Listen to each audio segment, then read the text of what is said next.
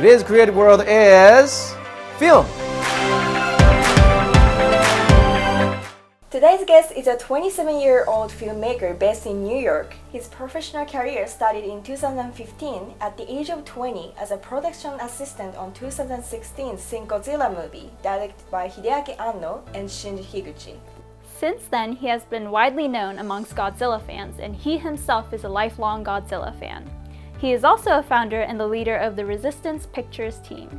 He writes, produces, edits, and directs short films ranging from sophisticated science fiction to one continuous fight scene filmed entirely on an iPhone. We cannot wait to hear his story and his works in this industry. Please welcome Mr. Yoko Higuchi. Action.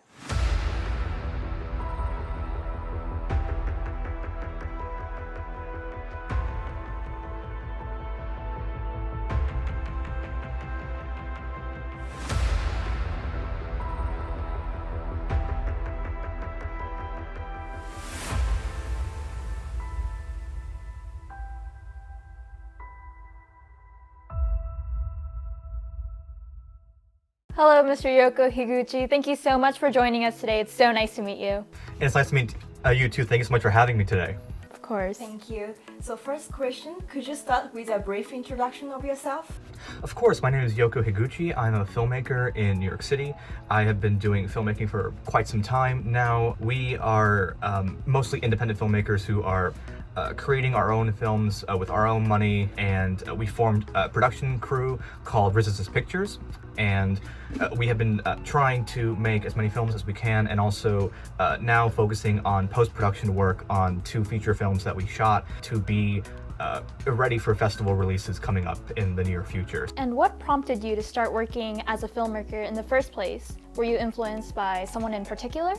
It's a difficult question because it originally was not my intended career path when I was a child. I always wanted to be a scientist as a child, but I've always loved movies. At some point in middle school, my friends and I gathered, and just to hang out, we created these short little video sketches that were kind of dumb comedy sketches of 14-year-old boys with toy guns running around playing cops and robbers.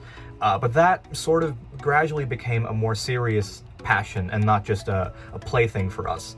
And hence it kind of went through there. But 2 creators really struck me at around the age of 14 and 15, and one was Hideaki Anno, who is the creator of the Evangelion franchise, and another was Christopher Nolan, who now is a very iconic modern filmmaker. And those 2 were the ones that pushed me forward into the path of filmmaking. And obviously the greats like Steven Spielberg and Kubrick and Scorsese I've always loved, and I think those directors made me love film, but Hideaki Anno and Christopher Nolan made me want to become a filmmaker. So that was the big step forward. I see. So what does Godzilla mean to you? Did you grow up watching it? Godzilla means everything to me. My room is filled with Godzilla. He is here with me now. I have known Godzilla for my entire life. I can't recall a memory where I didn't love the character and the series. I think I was introduced to the character when I was like 2 years old or something. And ever since then, it's been my #1 obsession. Like, it's been my favorite franchise, and it's a series that really has touched me greatly, and it just means the world to me. So you kind of grew up with Godzilla? Very much so, yes. I grew up with Godzilla, and I'm still growing with Godzilla. And how did you become the assistant producer of Shin Godzilla? So I was actually the assistant, the production assistant. So I was not at the higher echelon of the people who worked on the film. But back in 2015, they announced that the upcoming Godzilla film was to be directed by Hideaki Anno and Shinji Higuchi, and those 2 filmmakers are filmmakers I've always admired, and Hideaki Anno especially was somebody who was instrumental to me becoming a filmmaker. And I thought to myself, I need to be there. No matter what, I'm gonna have to be there. I don't care what it's gonna take, I'm gonna try. And I wrote a letter to Toho, one in English and one in Japanese, and I can't read or write Japanese, so I had my mother translate the whole letter for me to Japanese, and we sent it to Toho via mail and email. And I believe that was in May. And a couple months go by, and no word, and I always thought that it wasn't going to work. I thought it was a shot in the dark, that it wasn't going to go through, but let's try anyway. And then in late July, I get an email from them, and they wanted to do a Skype interview with me, and my heart sort of sank that it was becoming a reality. And then after the interview, 24 hours later, they emailed me and they said, okay, you got the job. And I booked my next flight to Japan, and I was there for 4 months. And how does it feel to be working with probably the same producers and staff who produced the original Godzilla works?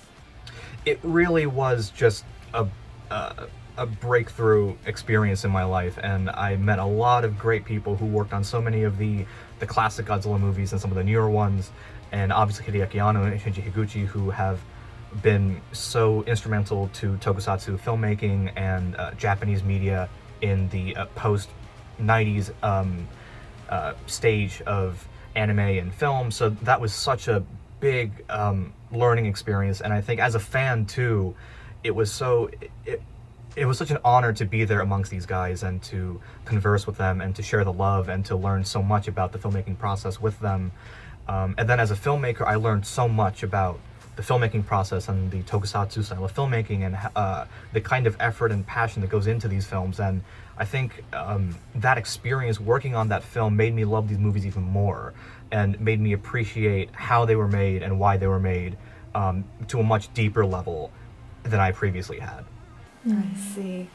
Could you tell us about things you did as PA on Shin Godzilla, and what it was like on the set? What was the shooting process like for Shin Godzilla? As a production assistant, I had to do pretty much anything and everything that they told me to do. My job was to be the helper, and it was my job to make sure that everyone is working safely and working on schedule, and anything I can do to speed up the process, I'm there to do that job. And the shooting in Japan is very different from what I thought it was going to be, and it's a very different culture from Hollywood filmmaking, but it was very different. It's very small scale, and you have, as opposed to hundreds of people working at one time, you have maybe 30 people who are so passionate and so talented together into one room working on it together. So that was sort of a big difference in the process of the Shin Godzilla shooting, was that it was so small, but the team was so exceptional at what they do. So that was very interesting. Wow, that all sounds amazing, but aside from your work with Shin Godzilla, do you ever have moments in your career where you're stuck on an idea or lack inspiration for a project? All the time. I think that's the crux of being an artist every now and again, is you hit those barriers in life, whether it be stress from a day job or stress of just general living. But it's best to sort of use those moments when you are stopped at a red light creatively to just reflect, watch things that inspire you or be around people who inspire you, and that will allow you to sort of break through those barriers and those walls that prevent you from creating more. So that was the way that I always handled it, is that it happens all the time, and I ask my fellow crew members, like, hey, I'm stuck on this idea, what do you think? And they're always there to help me push through that wall of lack of inspiration, I guess. Yes. So you're the founder and leader of Resistance Pictures. Could you tell us about the types of films you have made, as well as the concept and the goals of Resistance Pictures? Sure. Yes. So we founded Resistance Pictures. It's not an official company, but we are trying to one day create an official company for it. But we created it in 2013 to make anything that we saw fit, and it ranges from experimental short films to longer, more ambitious feature films that we've made in the past 2 years. So we try as much as possible to verify our filmography. So we try to do one genre and not do that genre for the next film. We want to move on from one type of film to the next and move in a smooth fashion. And in terms of what we would like to do for the production company is we'd love to branch out and make even bigger and better films that are not only conceptually more ambitious, but on a production scale more ambitious raise more money for films and try to get our two current films into festivals, because that's the best way to have the greatest exposure for the film. So our next step is just to branch out to a wider audience, because before it was just YouTube and we only had our stuff on YouTube. But I think now I'm 27 and I think it's time that we are stepping up into the greater world to showcase our talent and our work. And either with Resistance Pictures or just as your works as an individual, as much as you can tell us, could you tell us about some current or future projects you're working on? Of course, yes. I am now working on post-production for a feature film called Citizen Khan. It is a film about a 25-year-old filmmaker, basically me, who is running a film set, but everything is going wrong on the film set. And as he's going about this tremendously terrible shoot, he imagines Orson Welles appearing to him, and he has conversations with the great Orson Welles, who was also 25 years old when he made his first film, Citizen Kane. So it's an homage to Orson Welles' first feature film, and it's a film that I've always loved, and this is sort of my love letter to that film, but also to the indie filmmakers who definitely understand the difficulties and the hardships of making a film with a low budget. And it's sort of based on some experiences that I went through on a previous film. So it's sort of semi-autobiographical in a way, but it's a film about filmmaking and about the hardships that it takes to be an artist in the film industry when you're a rising artist. And the whole film was shot in one take, so that was the big sort of challenge that we put upon ourselves. It's about 90 minutes, one unbroken take, no CG to stitch the shots together. It's all one long take. I see. We've heard your story about working in Shin Godzilla, but were there any other differences working in Japanese film sets compared to the United States film industry? It's very interesting working in the Japanese film industry. When I was working on Shin Godzilla, it was, as I understand, because I have been a background actor in some Hollywood productions and some TV shows as well, and it seems that a lot of the people on the set have one specific job to do, whether it be the script holder, that person is there to hold the script, or the gaffer is there to specifically man the lights and the cables to make sure everything's going fine. In the Japanese production set, it seems that you are responsible for many tasks even though you are one job title. And it is a duty on your part to help the film production proceed in any way possible. So as I was a production assistant who was helping them proceed, they had to also help other people proceed who weren't in their respective fields.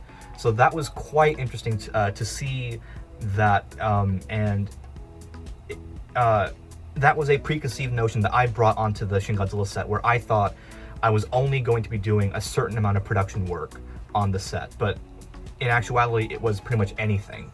And I discovered that the other people on set also had to do various other tasks that had nothing to do with them. And that was very sort of inspirational to see these people take on tasks that don't need to be taken apart by them, but they had the need to sort of, for the film, for the production, man up and just kind of get out there and do it. So that was very interesting to see. This episode will be available on YouTube this coming Saturday. For details, please check out our Facebook page. Next, more exciting materials to show you all.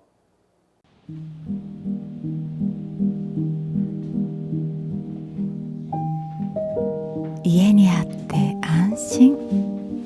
すぐに食べれていつでもおいしい家族の味方。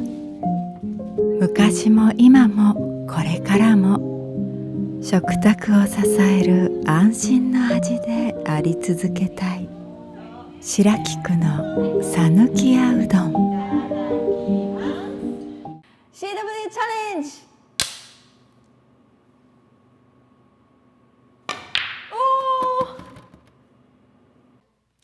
今回もよよかちゃんにドラムを教えていただきたいと思います。ということで今日はロールに挑戦したいと思うんですけど、ロール実際やっていただいてもいいですか？はい、やってみます。はい。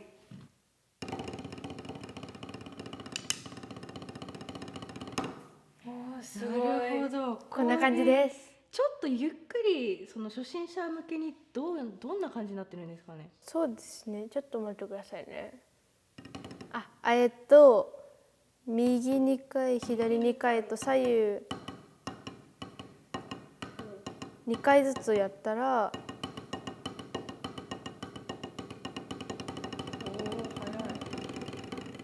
こんな感じですね。なるほど。はい、早速レイサちゃん挑戦してみますか？いきます。はい。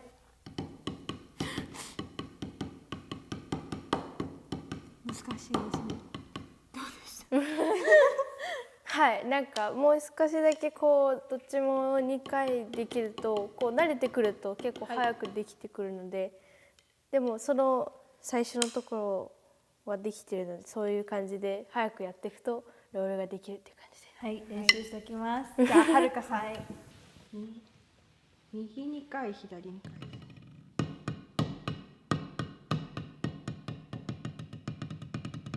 音がちっちゃい。私が叩くとどうですか？はい、やり方的に合ってるんですけど、あともう一つコツとして、ここをちょっと緩く持つと結構こう2回が早くやりやすいんです。この跳ね返りでやりやすくなるので、それがもう少しこうリラックスした感じでできるといいかもしれないです。なるほど。はい。来週も教えていただきたいと思います。ありがとうございます。お楽しみに。There's more to come next week. Bye. Next, Let's jam with yoyoka.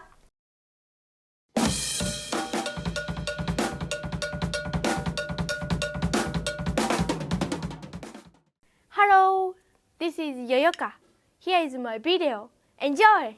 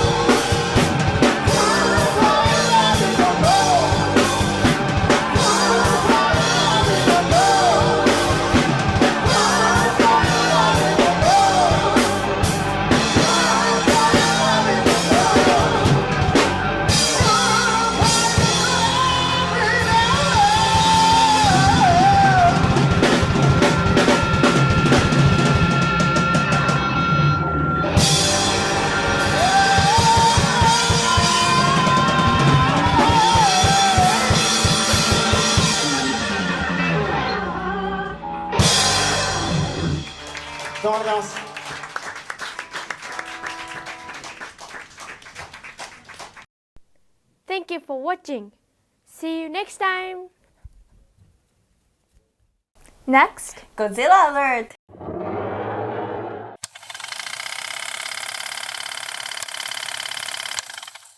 Hello, this is Heisenberg. Hey there, this is G Forever, and we are Luminous News on YouTube. Yes, and we're here to review the Mezco Godzilla vs. Hedorah box set. And there's a lot of accessories, so let's go check it out. And here's the box, and it looks beautiful. A very beautiful box. The artwork is from Bob Eagleton. Excellent. All right, let's check out the Mezco Godzilla vs. Hedorah set. Lots of accessories. Yeah. So Mezco, how much articulation on Hedorah here? So you got the head, the legs sort of move, the arms move, and the tail moves. So that is 5 points. And then Godzilla's got a damaged eye. He does, yes. So, yeah, he has this kind of like green stuff on his eyes. Yeah, and, which is from the movie. This is based on movie. Godzilla vs. Hedorah from 1971. That's right. And you get these little buildings with little smokestacks. Exactly, and they look great because that's what the buildings look like in the movie. So I love it. Oh, very fun. And yeah, we get even more. Yeah, well, there we go. Red eye beam. Yes, I love it. Yeah, I think this is as of now, I think this is the only Hedorah that comes with an eye beam. So it's really, really special, and I really like the buildings. I wish Godzilla had some accessories, like if he can swap out the head, having a normal head, and maybe like the melted skin on the hands. But otherwise, but lots of Hedorah accessories. Now we also have like the closed left eye. Correct. Yep, the eye cover. And just playing around with it a moment ago, you can actually swap out the left eye beam on the right eye as well. But I think in the movie he only uses it. The right eye beam. Yep. You can put on the left eye. Yeah, there they are. And also eggs, or well, I should say poison orbs. When I saw the movie, I always thought they were eggs, but they're called 2 poison orbs. Yes, and I always thought they were Hedorah's eyeballs. Yep. Sadly, Godzilla's hands don't really twist, so he cannot hold them. I think I forced the left arm, and the left arm does work, but the right arm, when I twisted it, it started ripping. So. Oh boy. Yeah, but this is what's got me really excited. It's flying Hedorah too. Yes, flying Hedorah, very special because as of this recording, I did not have many flying Hedorahs at all, and all of a sudden this year we got a bunch of them. And I think the most affordable one is this Mezco set. Yeah, the set is $65 and still available for sale. You can buy it directly from Mezco or from other retailers. Yeah, FYE has them in your local comic book store. Yeah, Mezco is making a whole bunch of great sets, so check them out on our YouTube channel. Yes, lots of cool stuff to come. And another great set from Mezco. Excellent. This is Heisenberg. And G Forever, and catch you next time on Creative World and on YouTube. We hope you enjoyed the show. We will continue to introduce successful people from various fields, as well as supporting young up-and-coming talents who are passionate and dedicated to advancing their careers in their industries. Don't forget to tune in. Until then, you have a wonderful week. See you next time. Let's see who our guest is on the next episode. Hi, I'm Joseph from Libera. Thank you for tuning in to Creative World. Bye! See you next week. Bye! Please subscribe to our YouTube channel. Also, please check out our social media sites at CWTV Hollywood.